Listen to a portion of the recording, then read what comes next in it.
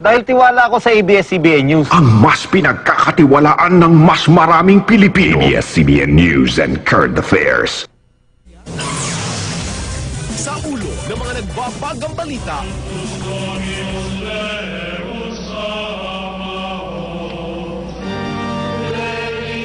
San Pedro, kalungsod, ganap ng santo matapos ang canonization sa Vatican. Daang Pinoy mula Roma hanggang Pilipinas, ibinagbunyi ang ikalawang santong Pilipino.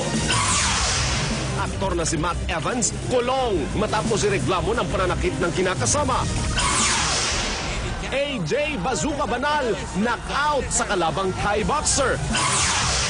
At tampok ang inabangang concert ng cast ng Walang Hanggan.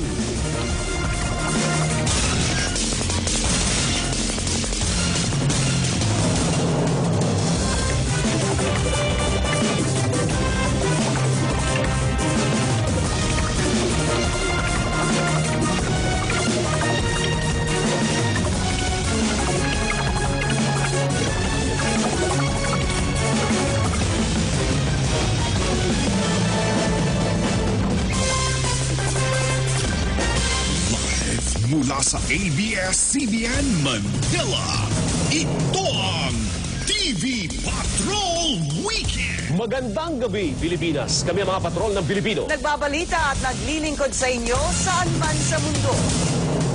Kuya Pedro, kami tulungan mo.